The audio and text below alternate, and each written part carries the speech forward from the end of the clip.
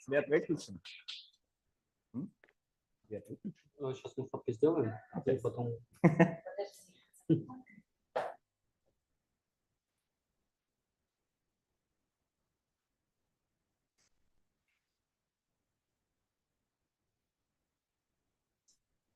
Нет, еще мне надо сделать. Окей.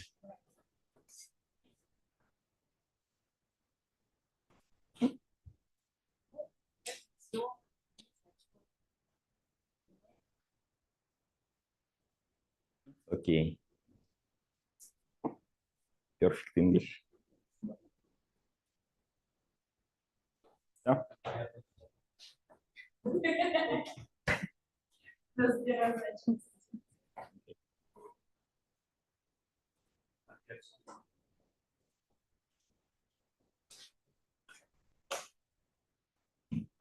Okay, so I hope everyone is comfortable with English. I'll try not to be like super complex about it and just talk normally. Our today's topic is how to write an IT resume or pretty much any kind of resume.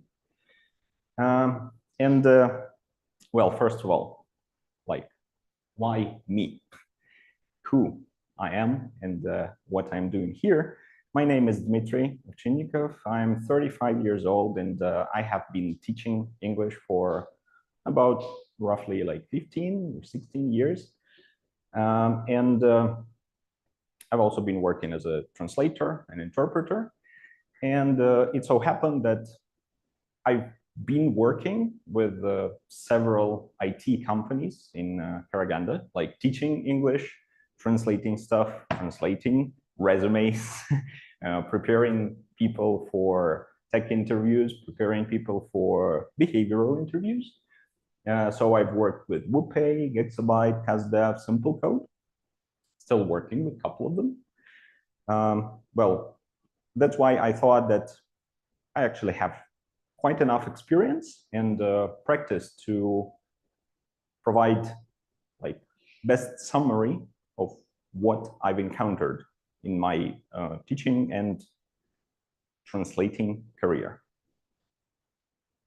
So why is a resume important? We could start with brainstorming, but everything you will say is kind of right, but also kind of not the main thing, because the main thing is just one. We get the job.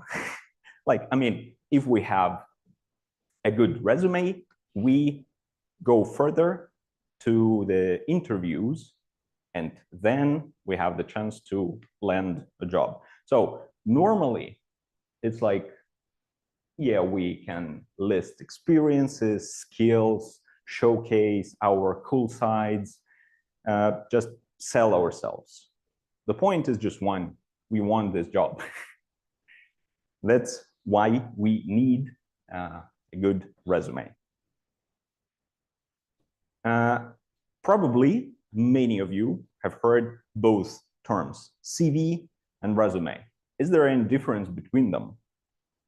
Well, it depends. If we talk about some kind of like European IT company or any other company in Europe, in England, Great Britain, UK, New Zealand, Australia, no, CV and resume are the same exact thing. But sometimes we also can refer to them as CV and academic CV. If we talk about the United States and Canada, these are like two different things.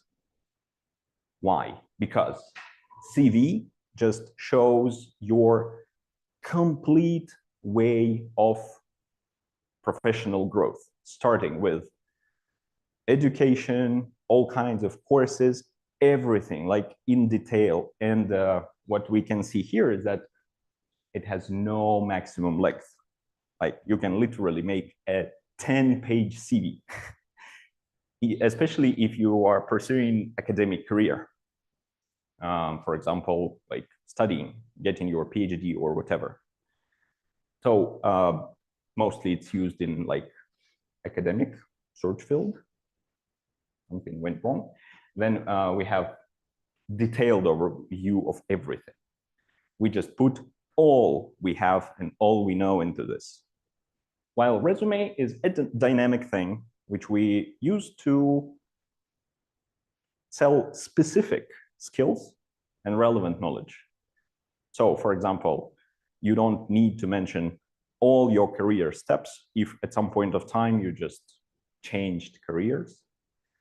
So for resume, only your relevant one will be okay to put there.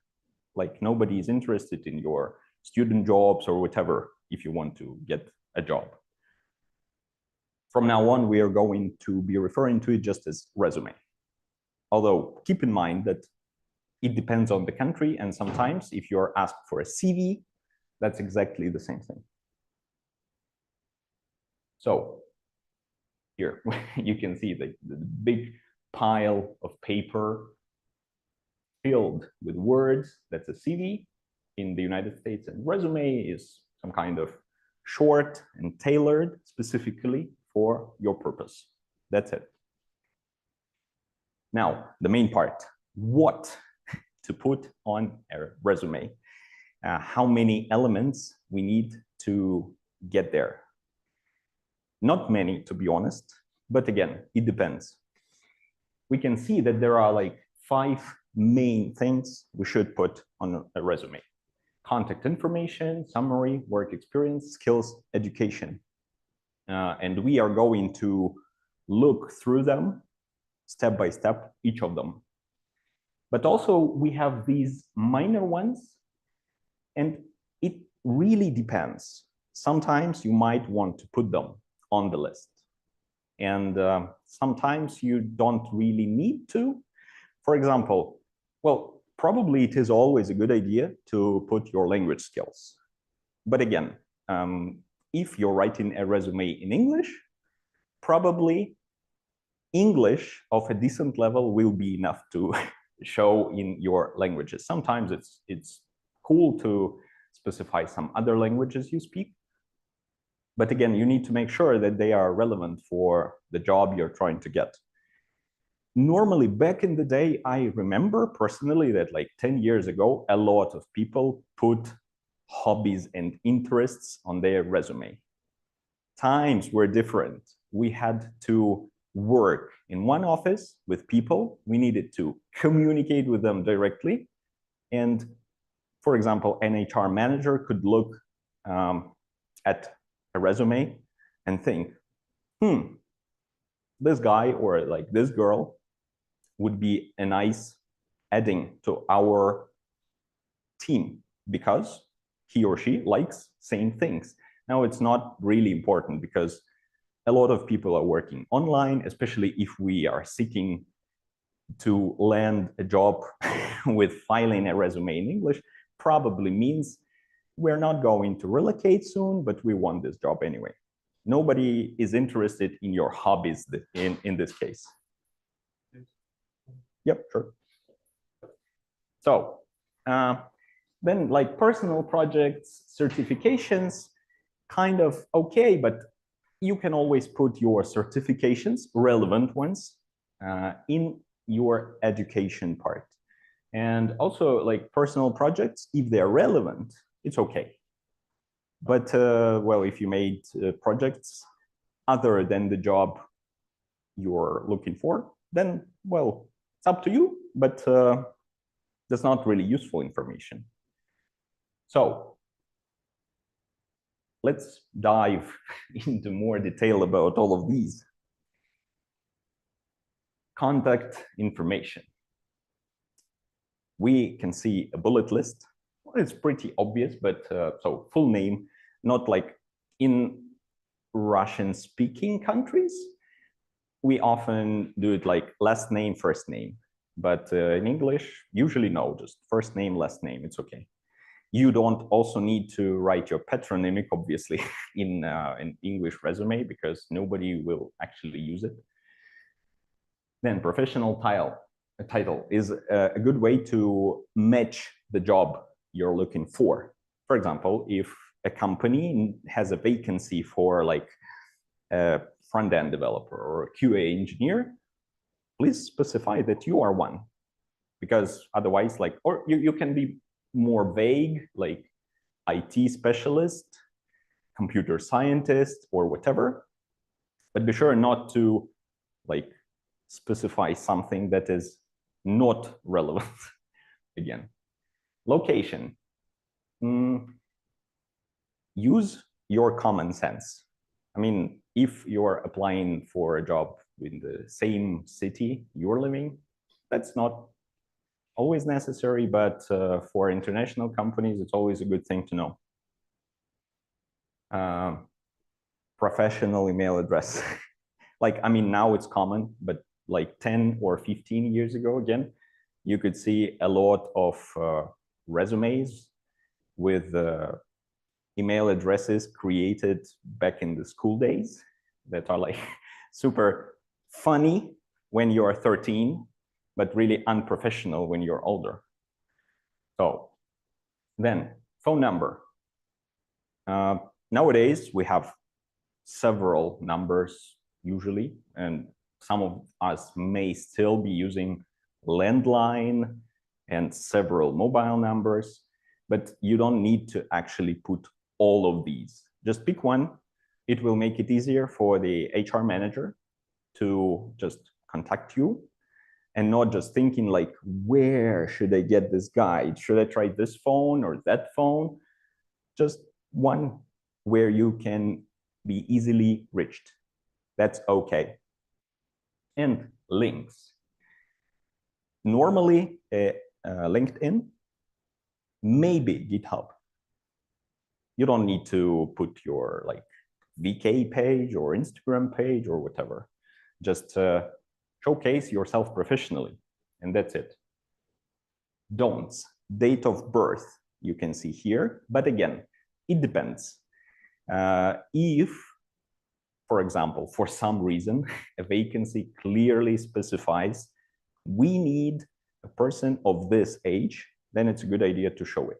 Otherwise, nobody is really interested. And also, if you specify date of birth, in some specific companies, in some specific countries, that might be a reason for positive or negative ageism, if there is such thing as positive ageism. So, for example, they could prefer someone who is older because of the experience, or someone who is younger because of their like active position in life, for example. So it's not actually a don't, but it's like, think about it before you do this. And of course, unprofessional email addresses are not the thing you want to put on your resume. So, okay, going further. Here is an example. Like, yeah, so just your name and some generic street. Yeah, San Bernardino, California. Just in case. You also want to put your country code at all times, just in case, especially if you're applying for an international company. Well, that's about it, about contact information. Then goes summary. Resume is a summary of your work experience and your skills. Summary is a summary of your summary. So it's several lines that you put on top of your resume that give the very core of what you are professionally, of your experiences and your skills. Basically, if your summary is good enough, then probably you will get an okay immediately. If it's something like senior front-end developer with 10 plus years of experience, an HR manager would say like, yes, right away, without reading anything further. At least I hope so. Then, so what to put? Jobs and years of experience, relevant achievements, relevant. That's the key word today, because we don't want to tell the HR manager how cool we are if it's not about what we want to sell actually. And what you are looking for, your goal. For this case, sometimes summaries are called objectives, because you can state like, I'm seeking for a job because interested in blah, blah, like seeking a position as a front-end lead developer at a startup company specifically. There is a controversy between summaries and objectives. Some sources say that,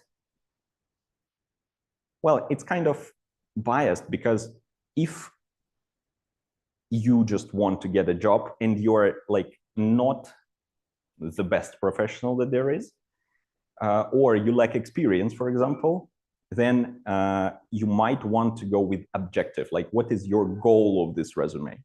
But if you feel that you're cool enough, you have enough experience, you just give summary, like, here I am, you can take me. But in fact, they're roughly the same. The name can be different. Also, sometimes it's okay not to specify any title for this section, just you put your name, you put your contact details, and you put your summary without naming it a summary, just like some short paragraph of text. So, well, I guess that's the easy part, and not much to talk about. Now we're getting to the core. Work experience. We all need work experience to get good jobs. That is true. Let's talk specifically about not having work experience, because I've heard questions like, I'm a student, or I've just graduated, I have no working experience. So what you need to do here, focus on other areas, like we also have education part and we have skills part. Just use them to show that you're good for this job. Of course, the job will be probably like, you'll start low, like not low, but I mean, from some junior or trainee position. But sometimes it's enough just to show your education, your relevant skills, and maybe throw in a project or two that you made as a student. Because if you did something like your graduate project, for example, that is in line with what the company is doing, then yeah, why not? Like, I mean, there are people who get jobs at 15 or 16 while still studying, because they have skills and they are doing some projects that might be of interest. That's mostly for students or for people who like are new to the field and they want to land their first job as an IT specialist. But if you have work experience, then it's pretty obvious. Show it. Job title, then short description of a company. Of course, if like you need to look at the market. For example, if it's Karaganda and you are going to like an IT company, then probably HR managers of all IT companies in Karaganda know each other's companies. So you don't actually need to write a lot about it. But if you are applying for a job in a company in a different city, better still in a different country, then you might want to write a little bit, unless you work for Apple, Google, Amazon, or whatever, like big guys. Then just shortly write, the company is specializing in blah, blah, blah, like a startup company the main project of which is for example, like a fintech company facilitating online payments, something like that. Years of work. Oh, also, you need to use reverse chronological order from latest to earliest. Like ideally, the one you're working at now, if any, and then backwards. Also, do not put companies that, like, if you had some student jobs, McDonald's, you don't need to put it on your IT resume. Well, I mean, you may, nobody will stop you from doing this, but that's not relevant. And yeah, if you're still working at this place, just write present, like 2018-present. And then bullet points describing your core duties and activities. It is always good to make it measurable.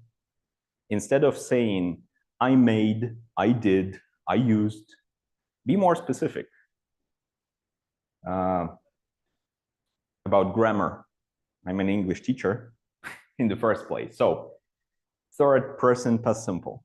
Normally, when we talk about English, we say we always need the subject and we always need the verb and we always need the object. In this case, subject is not something we need.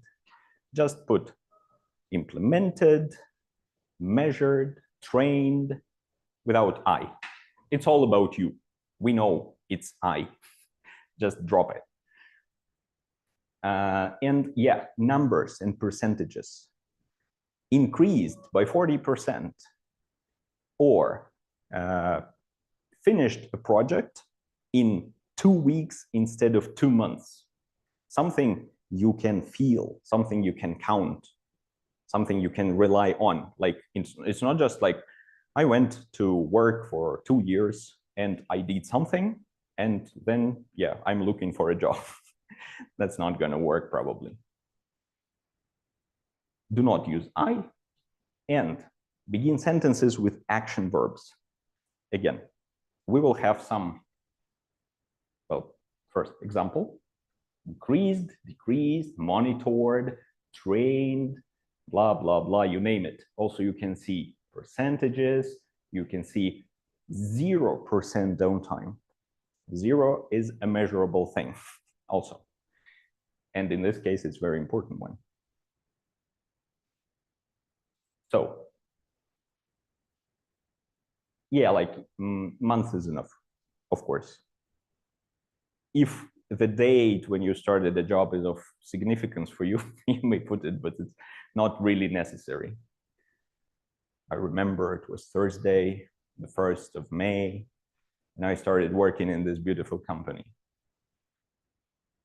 You might put it in your cover letter, not in your resume. So, some examples of power words or action words. We are going to have a printout of this, so you all will get this, and you can just have at hand in case you need it when you're gonna write your resume. These are just some examples. Like, I mean, printouts are wider, they have bigger lists. So these are cool words to use on a resume.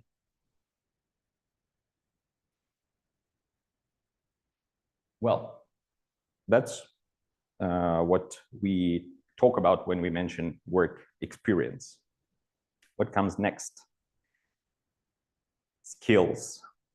And it is a good idea to split this part into two, because normally when we talk about skills, we mention 2 sets of skills: hard skills or tech skills, and soft skills like human skills, communication, resilience, and so on.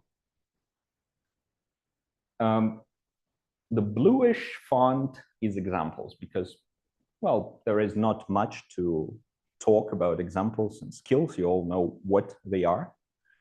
However, we have one more printout with a list of skills that might be soft skills specifically, that might be good to mention on your resume.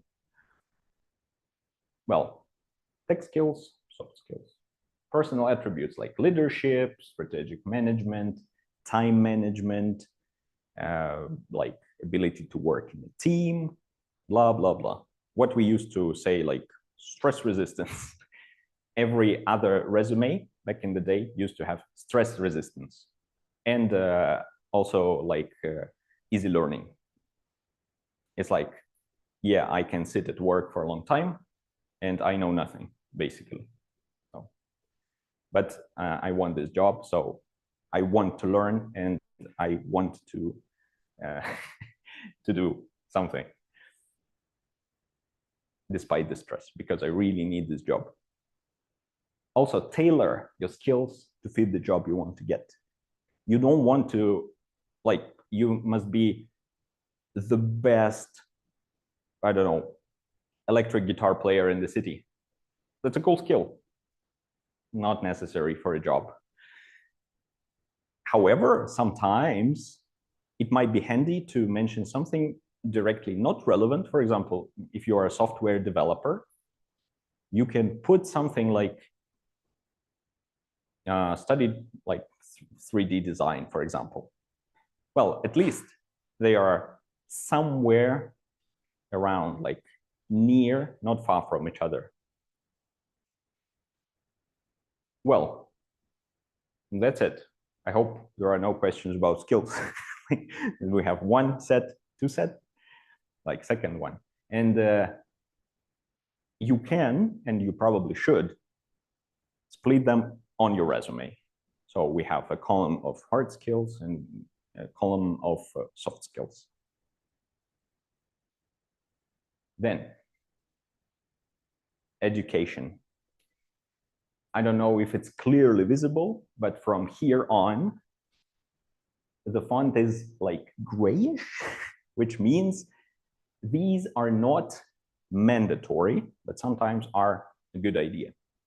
If we talk about specific things that you must specify for your education, first of all, it's also reverse chronological as work experience. Second, we put name of the university, name of school, that is, its location, degree obtained, years attended.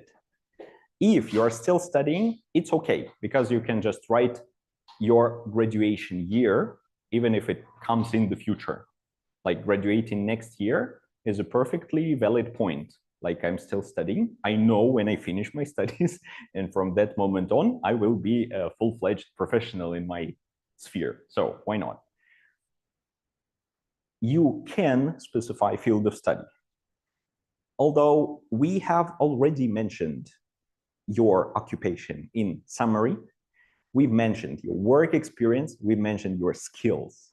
Sometimes just, well, yeah, like you mean, I mean, you can write your major. Usually that's enough. Otherwise, again, it might so happen that you do something that is not really relevant to your, like you studied biology at university, you are an IT specialist. Then, well, you can, but it's up to you. GPA. You should include it only if it's high. If it's not, don't say, well, I'm a mediocre student. Just drop it. If you're really good, show it. If you're not, just shh. Also, honors, academic recognition, activities relevant to the job being sought after, cool. Something irrelevant, not cool, as always. Don't put information about your high school. Like, I mean, we have mandatory secondary education. They don't really want to know that you can read and write. That goes by default.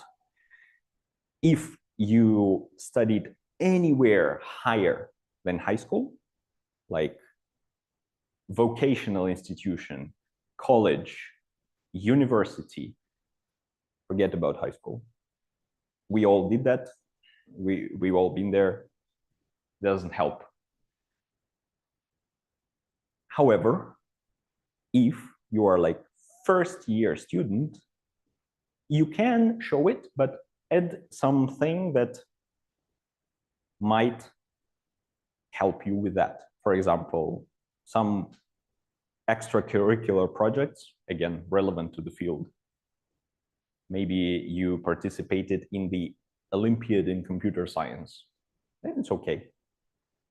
But normally we just go for the next level all the time and start from college or university. Then, of course, if you have a bachelor's degree and then you have your master's degree, you should put both.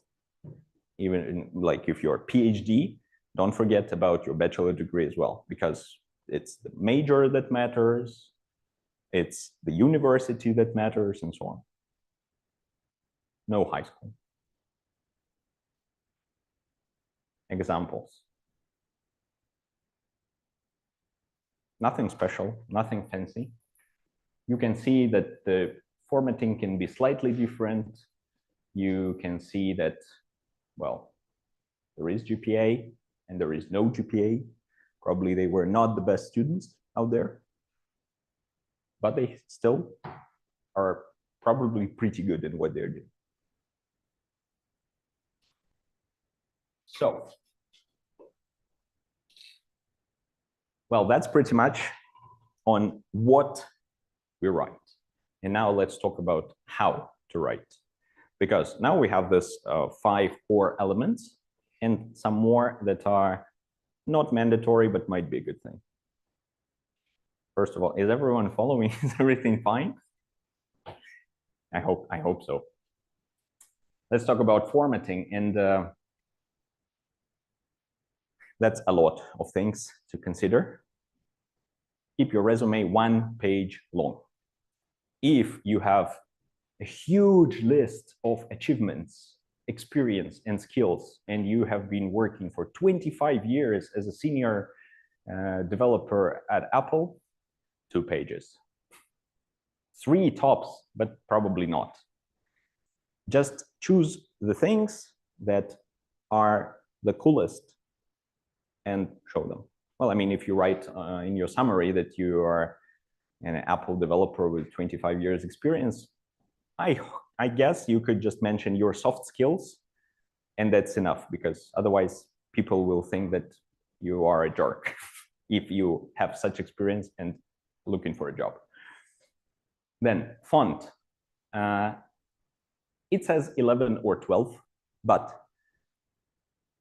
just look at your resume and at the font you're using, but make sure it's consistent.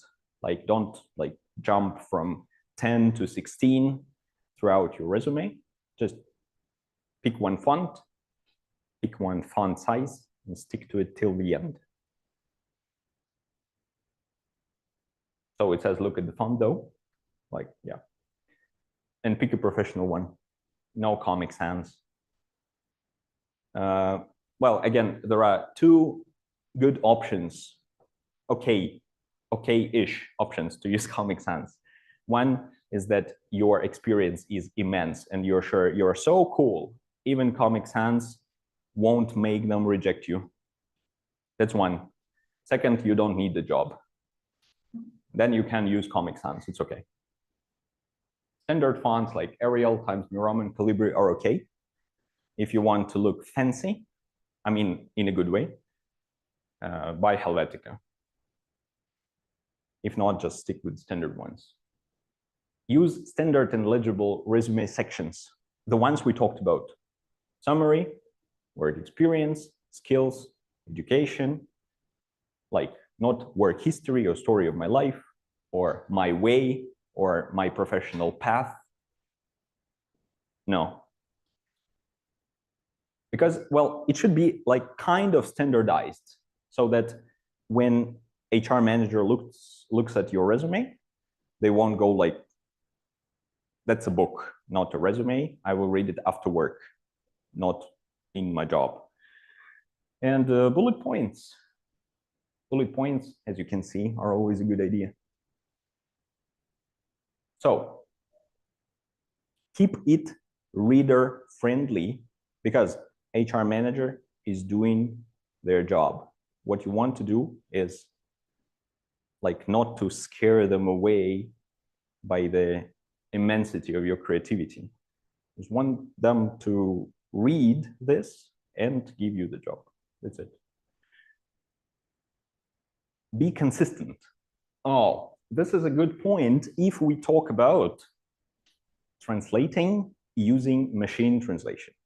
It's okay-ish to use Google Translate. Like you're not, if you're not super professional at English, you can translate something, or you're lazy enough to just type it back and forth. So simple sentences using Google Translate, it's okay, but be sure to check the consistency, because it often happens so that you put dates into Google Translate, and sometimes it changes the order of month and date, like from our format to the American format. Usually it does. Sometimes it doesn't. Also, sometimes you put a date like 11/2018 in Google Translate, and it gives you November. That's pretty smart. Kudos for Google developers. But if you have two dates and one has been transformed and the other hasn't, it's not cool. Just keep it consistent. You may choose whichever you like, but just make them the same. That's okay. Line spacing. You don't want a lot of free space. You don't want it to be crammed up. You want it to be easy readable. Imagine you are reading this, just look at it. If you want to put a lot of information on one page, go with 2 pages then. But again, make it even, not just like one page packed or filled with text and then just one paragraph on the second page. Just make it nice, generally. Proofread. Typos are bad, mistakes are worse. They show you are not interested enough or not competent enough. Because like,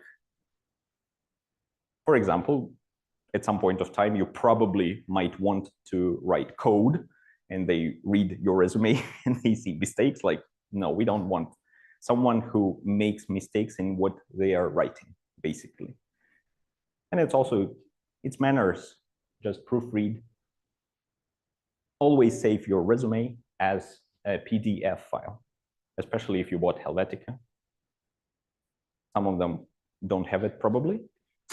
You don't want your fonts to get messed up, and the general layout.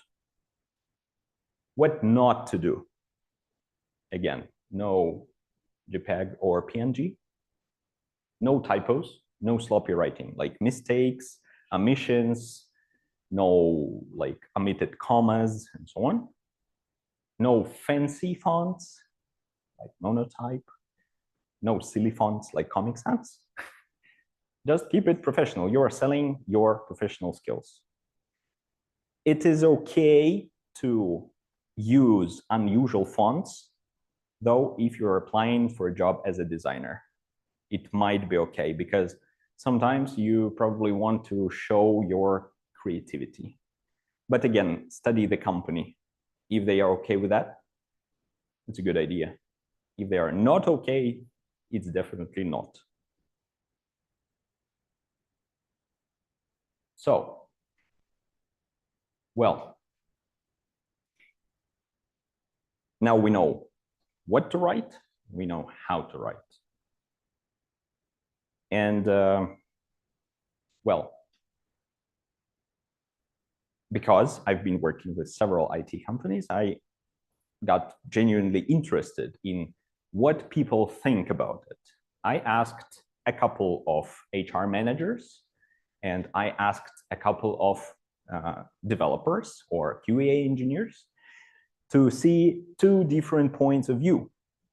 What kind of resumes get jobs for IT guys, and what kind of resumes HR managers want to get. And now, well, there are like 4 of them, and we will go through them shortly. In some of them, you might not find anything like super new from what I've told already, but sometimes there might be some good insights. So let's get started with this. So this guy generally nailed all my presentation in 2 paragraphs, specifically about work experience. I'm not gonna read it out loud. I hope you all can see that. I'm just gonna highlight some of the things. Well, yeah, hard skills, of course. Also, good point is provide some info on how you can be valuable to the project, team, or business.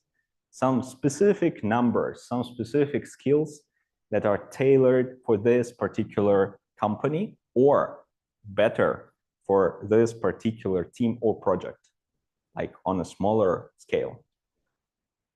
And then again, project and purpose of the project, achievements, duties, techs and tools used on the project. It's always a good idea. But that's basically what we've already covered.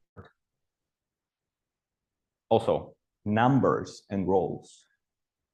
Remember, numbers are important on resumes.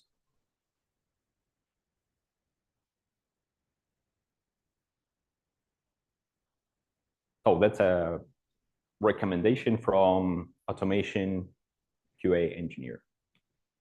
Then, HR manager. Drop things like stress resistance. The one I mentioned already. Nobody looks at these. You should be specific, you should be countable, you should be measurable. And also some specific skills that distinguish you from others. It is also a good idea to use something like measurable thing, like I am good because I did that much in this much time, leading to an increase of this much in something, in sales, in profits, or decreasing in downtime. Like we have a bad example here. Was the best developer in the team? By whose opinion? Like yourselves, your moms, maybe. But if you write, well, this one is also not super specific. I have to say that wrote a program in a week instead of a month. Well, yeah, that's cool, but you should put it like in a more professional way, like decreased the production period by this much %, and trained 2 interns up to the middle level. Also a good idea to like specify in what period, maybe like it was 3 years. And also, well, middle level from what? From junior plus, not a big deal. From school, big deal. So write about tangible achievements. Next one. Senior iOS developer. Starting with 0. See, that guy.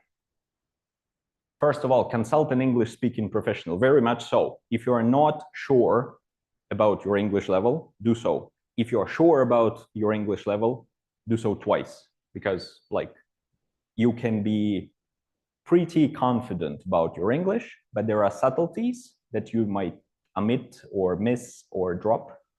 And it's always better to have someone look from the side and tell you what can be improved or what can just be omitted whatsoever. Don't use ChatGPT. Again, controversial. If you are super secure and confident about your English skills, it's okay. Just make sure you have common sense to distinguish bad writing from good writing. Then you're okay. And don't make ChatGPT write your whole resume. Process information. Like, I have skills like this. I have achievements like this. Give me something that I can put on my resume. That is kind of fine. But if you just like tell ChatGPT, write a resume for me, so like best resume in the world, it won't cope with that.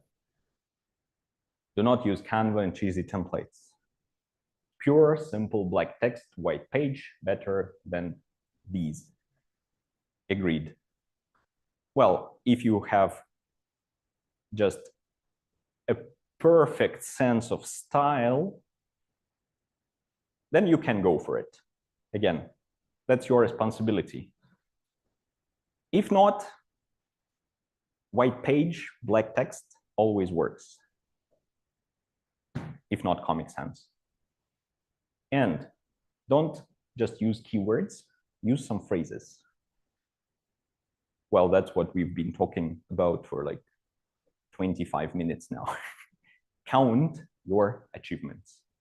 Don't just say you're cool. Show how much cool. And one more from another HR manager. Do's. Describe specific results. Now we can chant like in the kindergarten, because we all know that now. And write a cover letter reflecting your motivational aspects. Not necessarily. If the company asks for a cover letter, do it. If you're not sure, yeah, maybe.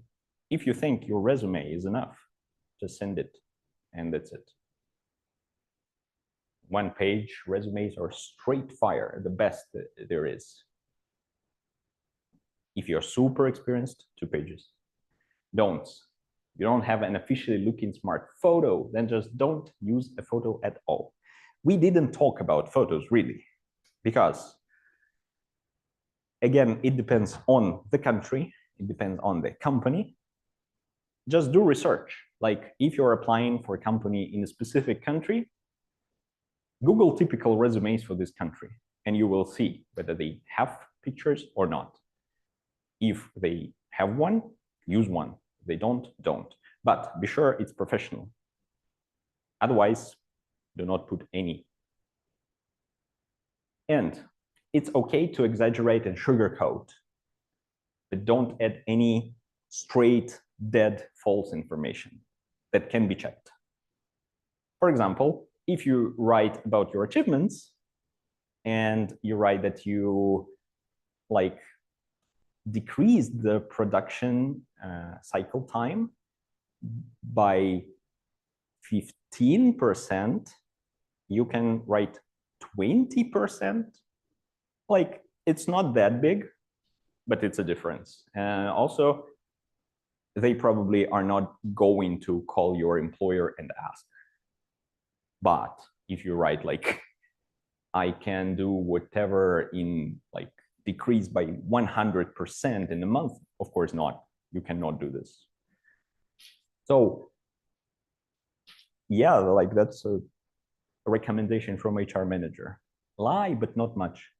You can do it, it's okay if you can sell it and you don't get caught. Rule of thumb is like that.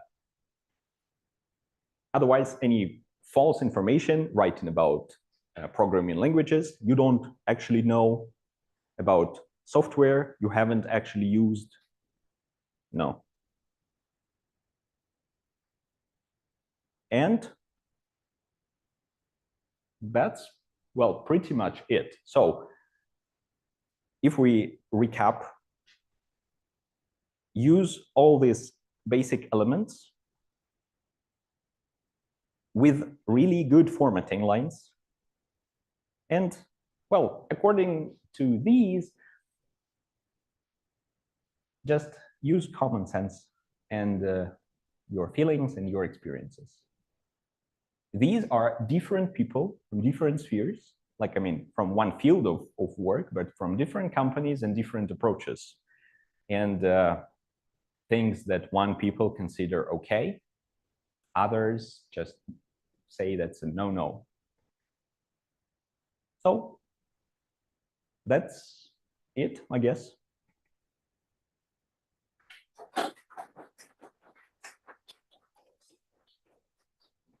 Question time, if any.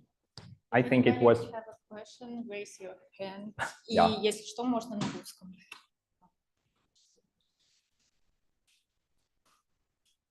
Да. Есть ли у кого-то вопросы?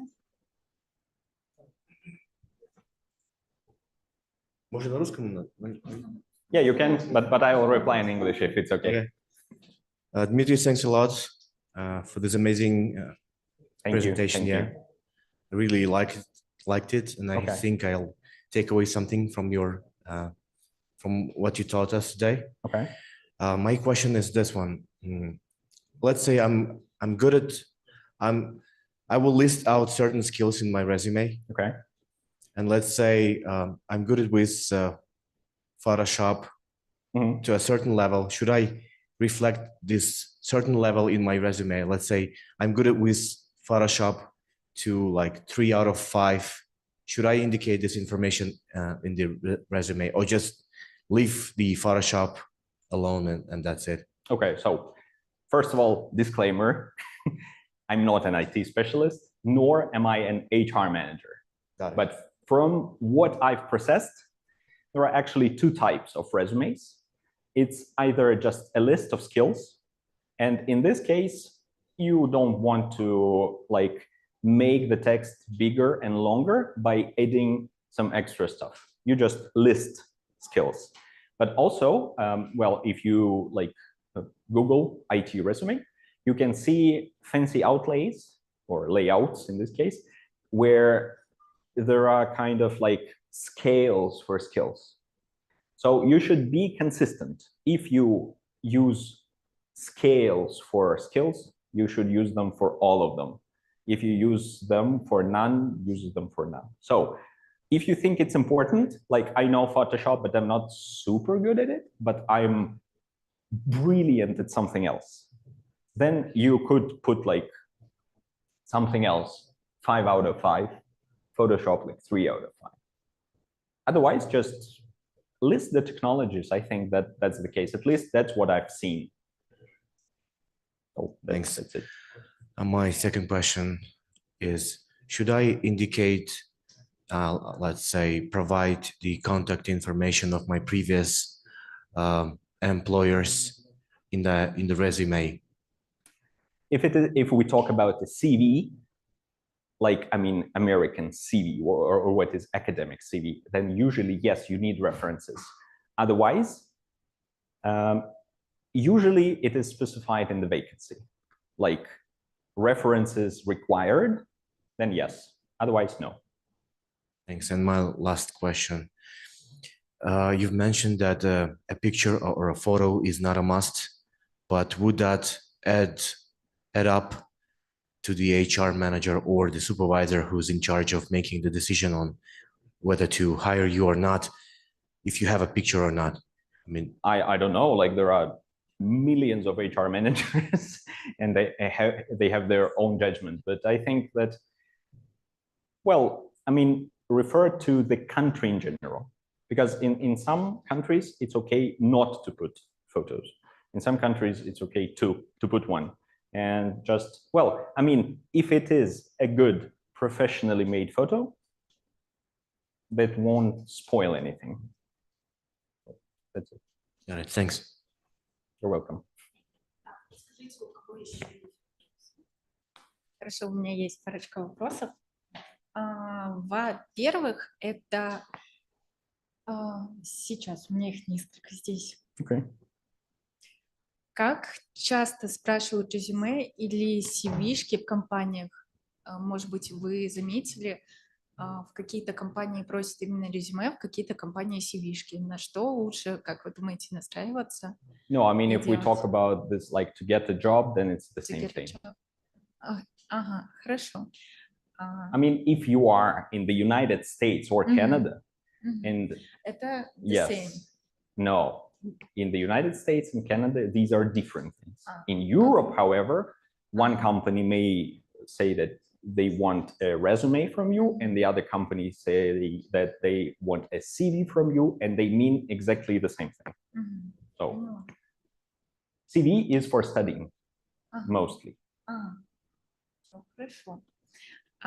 Также у меня есть вопрос. Это как часто вы самостоятельно переделываете свои резюмешки, чтобы понимать то, что вот у меня повысился где-то скилл, надо это добавить или лучше не добавлять? Well, I don't have tech skills. I mean, related to IT at least.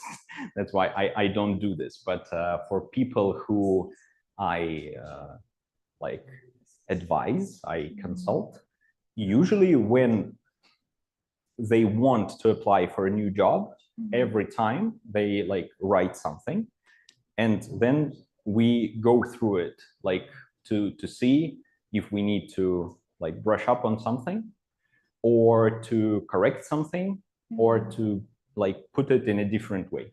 So basically you need to refresh every time you want a new job. Otherwise, like if you have a job, you don't actually need a new resume for this case. I think. Well, that's it.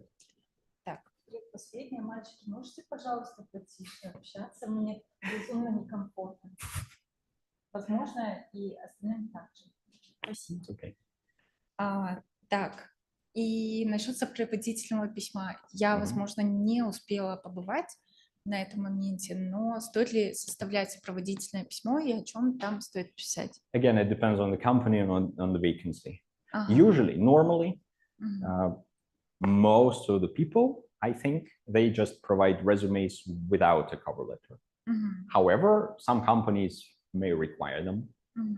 So I'm not, like in this case, I'm not really a professional. Like cover letters are not that common, like not that as common as resumes. So it's okay to send the resume. If you want, you can just write a little bit more in your cover letter, but usually a resume is enough.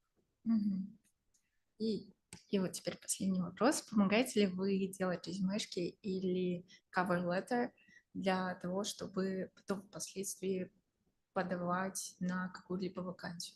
Может быть, в оформлении, может быть, в том, чтобы чекнуть грамматику. I'm not a designer, definitely. But if we talk about like, well, I have been translating resumes a lot. Like, for example, people just provide me resumes in Russian and I translate it, or they translate resumes themselves and then we correct it. And I just suggest like, we should do this, or don't just drop this, like, don't use this part, drop it, something like that. So yeah, I mean, it's kind of usually consulting when we both sit there and I suggest stuff like, I would do this or I would do that. And obviously, if there are some mistakes, something is unclear or like erroneous, or there are typos, I spot them and I tell them to fix them. That's it. I'm an English teacher, not a resume specialist. That's a very important thing. And not an HR manager. Ну ладно, тогда это приближено, наверное, к изучению английского и CV-шки при этом. Для того, чтобы попадать в Европу на обучение, помогаете ли вы делать сопроводительные письма или какие-нибудь? Quite rarely. Well, I've had such experience, but well, actually many years ago. Now it so happened that now I'm working more with like IT guys and also 25 plus guys. They don't want to go to study anywhere. They want money and then they want jobs. So yeah. Ладно. I can do that, but well, a cover letter is a thing Well, here my translation expertise steps in, because it's always good to write a cover letter about yourself by yourself, and then you can just submit it for translation. It will be much easier. I don't know the person, I cannot write a cover letter about the person.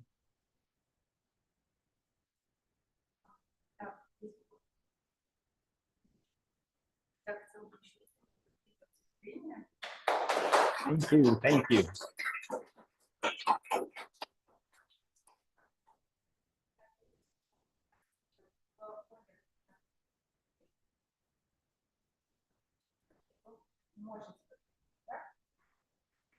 Also printouts, they're cool. Take them. Thank you. Thank you.